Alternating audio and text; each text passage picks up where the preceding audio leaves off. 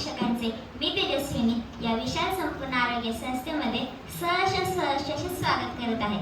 आलेल्या पाहुण्यांचं जोरदार टाळ्यांच्या गजरात स्वागत करूया।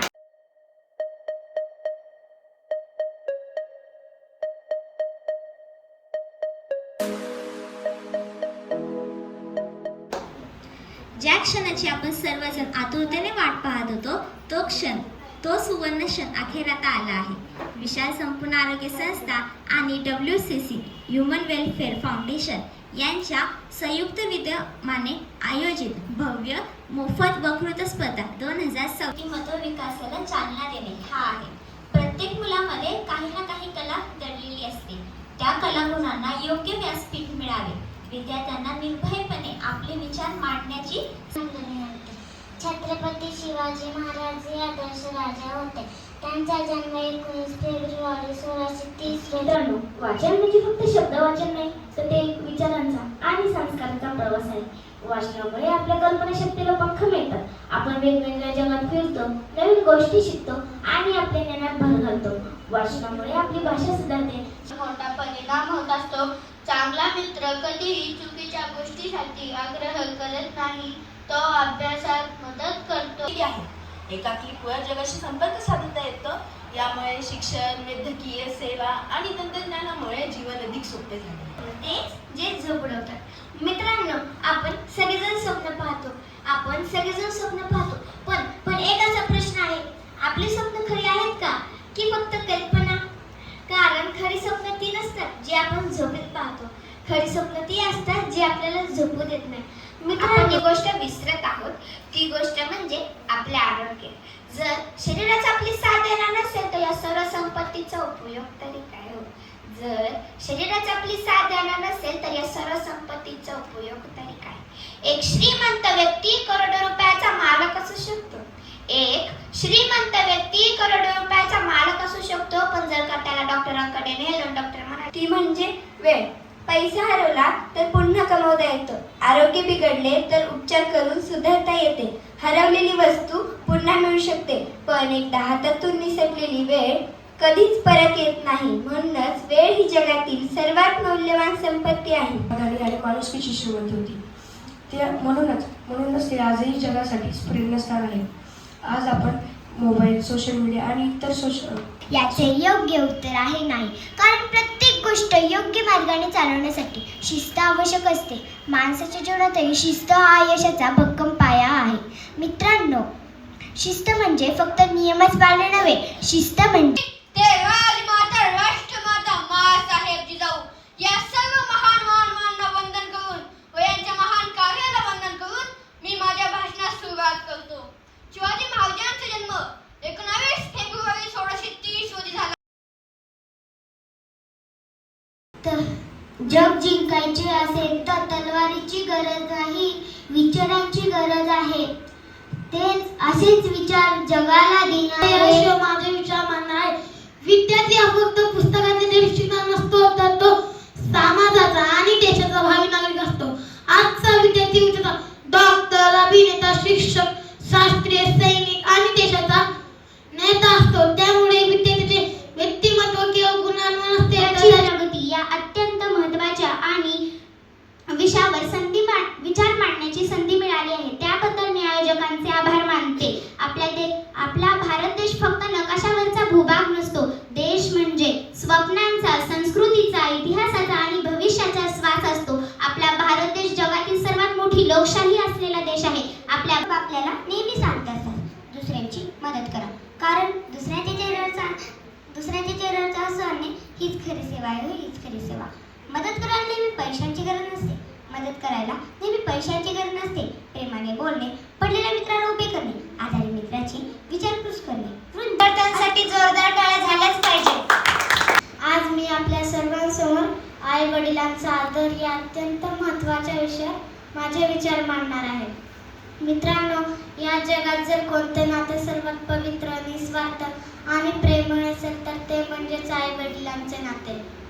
म्हणून आपण चांगले संस्कार सकारात्मक असते। वेळ कधीच बदलत नसते, बदलावी लागते स्वतःला। बदल स्वीकारायचा असेल ना, यश मिळते प्रत्येक पावलात। यश मिळते प्रत्येक पावलात. आता आपल्या समोर येत आहे सांची किरवले. अशा विषयावर बोलण्यासाठी जो प्रत्येकाच्या आयुष्याशी संबंधित आहे. वेळ बदलत नाही, स्वतःला बदलावी लागते. मित्रांनो, आपण अनेकदा म्हणतो वेळ बदलली की माझं आयुष्य बदलेल, पण मी आज ठामपणे सांगते वेळ कधीच बदलत नाही. बदलायचं असतं ते स्वतःला. सकाळचे 24 तास प्रत्येकाला सारखेच मिळतात. काही जण यशाच्या सर्वोच्च शिखरावर जाऊन पोहोचतात, तर काही जण जागच्या जागीच राहतात. कारण नशीब नसतं, कारण असतं विचार, कृती आणि सातत्य. बीज जमिनीत पेरलं जातं की ते अंधारात राहतं. त्यावर माती टाकली जाते, पाऊस पडतो, वादळ येतात, अडथळे येतात, पण ते तक्रार करत नाही. ते संघर्ष करतं आणि एक दिवस त्या बीजातून एक भव्य मोठा वृक्ष तयार होतो. आपण सुद्धा त्या बीजासारखं व्हायला हवं. आपण सुद्धा त्या बीजासारखं व्हायला हवं. आपण आयुष्यात अडचणी येतच राहतात. तर कधी यश, तर कधी अपयश, तर कधी टीका होतात, तर कधी परिस्थिती आपल्या विरोधात असते. पण जे सर्वांवर जे मात करून जे पुढे चालतात त्यांची खरी विजेते ठरते. मित्रांनो, लहानपणी माझी परिस्थिती खूप कठीण होती. पण मी विशाल संपूर्ण आरोग्य संस्थेला आलो. त्यापासून त्यांनी मला शिक्षण दिलं नाही, तर जीवनाची नवी दिशा दाखवली आहे. इथं आल्यापासून मला शिस्त, वेळेचे महत्त्व, आत्मविश्वास आणि समाजासाठी मित्रांनो, इम्पॉसिबल काहीच नाही. आपण अनेक वेळा लोकांना म्हणताना ऐकतो, हे माझ्या नशिबात नाही, माझ्याकडे साधन नाही, माझं भविष्य माझ्या हाताच्या रेषेवर नाही. पण मी तुम्हाला आज एकच प्रश्न विचारते, हाताच्या रेषेतून भविष्य ठरतं का, की त्या हाताने केल्याने शिकावे. फुलांच्या पायघड्यावरून चालताना काटे टोचले तर सहन करायला शिका. कारण काट्याला फक्त टोचणं माहिती असतं. वेदना कळत नसतात. तुम्ही तुमचे पाय एवढे घट्ट करा की एक दिवस काटे तुम्हाला सांगतील, आइए वेलकम सुस्वागतम, हम जुटता है तुम चलना सीखो. नमस्कार, ओळखलत का? मी सिंधुताई सपकाळ, म्हणजेच तुमच्या सगळ्यांची माय. काहीच नव्हतं रे माझ्याकडे. अडाणी हाफ टाइम चौथी पास होते, फुल टाइम पण नाही. माझ्या शाळेची पहिली वैदी म्हणजे माझी आई होती. सख्खी आई होती, सावत्र नव्हती बरं का. मी शाळेत जाऊ नये म्हणून ती मला म्हशी वायाला पाठवायची. काही संघर्ष नाही. म्हणजे मी पण जायचे म्हशी वायाला, पण त्या ते म्हशी बसल्या तर मी शाळेत जायचे. त्या पण लवकर बसत नव्हते. मी त्यांना ठोकून बसवायचे. त्या बसल्या तर मी शाळेत जायचे. शाळेत उशिरा गेलं म्हणून मास्तरांचा मार खाल्ला. म्हशी पाण्यातून उठून शेतामध्ये घुसल्या म्हणून शेतकऱ्याचा मार खाल्ला. डबल मार खात चौथी पास, सिंधुताई सपकाळ जिंदाबाद. अरे माझं लग्न झालं तेव्हा मी 9 वर्षाचे होते. 10 वर्ष गुरुदेव महेश्वरा, गुरुर साक्षात परब्रह्म, तस्मै श्री गुरुवे नमः. गुरु हे प्रत्यक्षात ब्रह्मा, विष्णू आणि महेश यांचं रूप आहे. अशा या गुरूंना वंदन करून मी माझ्या कीर्तनाला सुरुवात करते. माऊली, जर विठ्ठलाचं नाव तुमच्या मुखात असेल ना, तर हा संसारूपी समुद्र सहज पार करता येईल, सहज. माऊली, नारळाला डोळे असतात पण पाहता येत नाही, कप्पाला कान असतात पण ऐकू येत नाही, सुईला नाक असतं पण वास येत नाही, बाटलीला तोंड असतं पण बोलता येत नाही. आणि या माणसांना सर्व काही असूनही माणुसकी दाखवता येत नाही. शब्दाचा वापर जरा जपून करा. मोजकच बोला पण थोडं कमी बोला. काही लोकांचे तर घर बोलण्यामध्ये उद्ध्वस्त झाले. तेच लोक अभिमानाने माझं कौतुक करतात आणि तेच लोक आज इतरांनाही उदाहरण देतात. आज मी फक्त माझ्या कलेमुळे पुढे गेलेली नाहीये, तर माझ्यावर विश्वास ठेवणाऱ्या माझ्या गुरुंमुळे. त्यांनी मला शिकवलं, उभं केलं, घडवलं आणि उंच भरारी घ्यायला शिकवलं. आपल्या मनात रुजलेली आहे. परंतु जेव्हा आपल्या भारत भूमीवर शत्रूचा हल्ला होतो तेव्हा भारतीय सैनिक देशाची जीवाची पर्वा न करता देशासाठी उभा राहतात. कारगिल युद्ध एक उत्तम उदाहरण आहे. सन 1999 रोजी पाकिस्तानचे सैनिक, परंतु सुरुवातीला ही बाब लक्षात आली नाही. स्थानिक मेंढपाळांनी संशयास्पद हालचाल पाहिल्यानंतर रात्रभर जागून त्याला मोठं केलं. स्वतःची स्वप्न बाजूला ठेवून त्याच्या स्वप्नांसाठी आयुष्य खर्च केलं. एक वडील उन्हातान्हात कष्ट करत राहिला, फक्त आपल्या मुलाचं भविष्य उज्ज्वल व्हावं म्हणून. पण आज आपण त्याही वडिलांच्या स्वप्नांचा विचार करतो का? आज अनेक तरुण मोबाईलच्या पडद्यामागे हरवत चालले आहे. सोशल मीडियावर आज मी तुमच्या समोर अतिशय प्रेरणादायक या विषयावर माझे मित्रांनो, प्रत्येकाच्या मनात एक सुंदर स्वप्न असतं. प्रत्येकाच्या मनात एक सुंदर स्वप्न असते. कोणाला डॉक्टर व्हायचे, कोणाला शिक्षक व्हायचं असतं, कोणाला पोलीस व्हायचं असतं, कोणाला अधिकारी तर कोणाला खेळू. स्वप्न पाहणे हे खूप महत्त्वाचं आहे. फक्त स्वप्न पाहून यश मिळत नाही, त्यासाठी मेहनत, जीव आणि तितकीच आवश्यकता असते. अनेक वेळी आपल्याला वाटते की हे माझ्याकडे होणार नाही, पण त्याच लक्षणी. अनेक वेळी वाटते की हे माझ्याकडे होणार नाही, पण त्याच लक्षणी. आपणच स्वतःला एक प्रश्न विचारला पाहिजे. ताकद. आपली आई आपल्याला 9 महिने 9 दिवस गर्भात ठेवते, आपला त्रास सहन करते, मात्र ती आनंदी असते. आणि आपण मोठं होऊन काय करतो? पैसे कमवतो आणि त्यांना आश्रमात टाकतो. पण मी म्हणते की त्यांना आश्रमात नका टाकू, त्यांना सांभाळा. जगातला कितीही गरीब माणूस राहिला तरी तो आपल्या आईवर प्रेम करत असेल तर तोच खरा श्रीमंत माणूस आहे. शेवटी तुमच्यासमोर परिश्रमाचे फळ असते या विषयावर बोलणार आहे. मित्रांनो, प्रत्येकाच्या आयुष्यामध्ये वेगवेगळे स्वप्न असतात. कोणाला डॉक्टर व्हायचे, कोणाला इंजिनियर व्हायचे, तर कोणाला मोठमोठे अधिकारी व्हायचे. पण त्यामध्ये एक गोष्ट समान आहे, ते म्हणजे यश. यश मिळवण्यासाठी परिश्रम आवश्यक आहे. पण आजच्या काळामध्ये कोणाकोणाला यश पटकन हवं असतं, पण त्यांना हे माहीत नसतं यशाला कोणताही शॉर्टकट नसतो. आपण छोटंसे उदाहरण घेऊया. शेतकरी जो शेतामध्ये पीक पेरतो. जीवन म्हणजे एक प्रवास आहे, परंतु तो प्रवास एका ठिकाणी पोहोचण्याचा नाही, तर सतत नवीन शिकण्याचा प्रवास आहे. आपलं आयुष्य म्हणजे सतत नवीन ज्ञान मिळवणं, नवे अनुभव घेणं आणि त्या अनुभवांमधून नवीन काहीतरी शिकणं. शाळा म्हणजे फक्त शिक्षण नव्हे, ती तर सुरुवात आहे.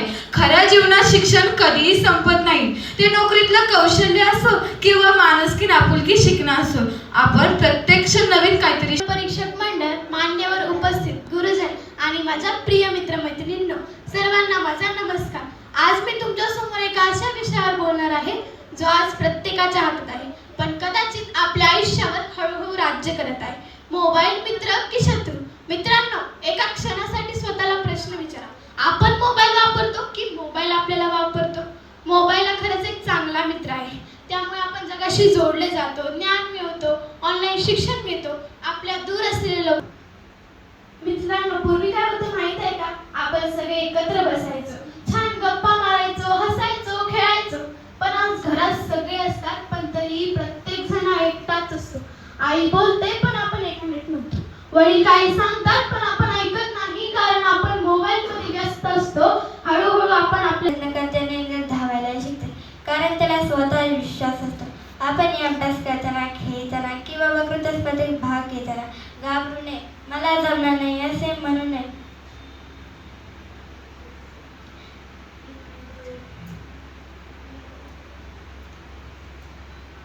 प्रत्येक व्यक्तीने एक दिवस छोट्याच्या सुरुवातीपासून नसतात. ते मुलांच्या भविष्याचे शिल्पकार असतात. आदरणीय अध्यक्ष महोदय, व्यासपीठावरील मान्यवर, आदरणीय परीक्षक मंडळ, गुरुजन वर्ग आणि माझ्या प्रिय मित्रमैत्रिणींना सर्वांना माझा नमस्कार. आज मी ज्या विषयावर बोलणार आहे तो प्रत्येकाच्या हृदयाला स्पर्श करणारा विषय आहे, पालक कसे असावे.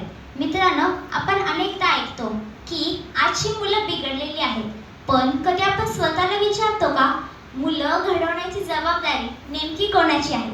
जसं बीज पेराल तसं पीक उगवेल, तसंच जसे संस्कार द्याल तशी पुढची पिढी घडेल, तशी पुढची पिढी घडेल. मुलं ही ओल्या मातीसारखी असतात. त्या मातीला सुंदर आकार देणारा कुंभार म्हणजे पालक. आई वडील ज्या प्रकारे मुलांना घडवतात त्याच प्रकारे त्यांचे व्यक्तिमत्व तयार होते. म्हणूनच पालकांनी मुलांना केवळ चांगल्या शाळेत टाकून आपली जबाबदारी संपली असे समजू नये, कारण शिक्षण शाळा देते, पण जीवन जगण्याची खरी कला घरीच शिकवली जाते. आजचं युग स्पर्धेचे आहे. अनेक पालक आपल्या राहिलेल्या स्वप्नांचे ओझे मुलांवर टाकतात. तू डॉक्टरच हो, तू इंजिनियरच हो, तू पहिला आलाच पाहिजेस. अशा अपेक्षांमुळे अनेक मुलं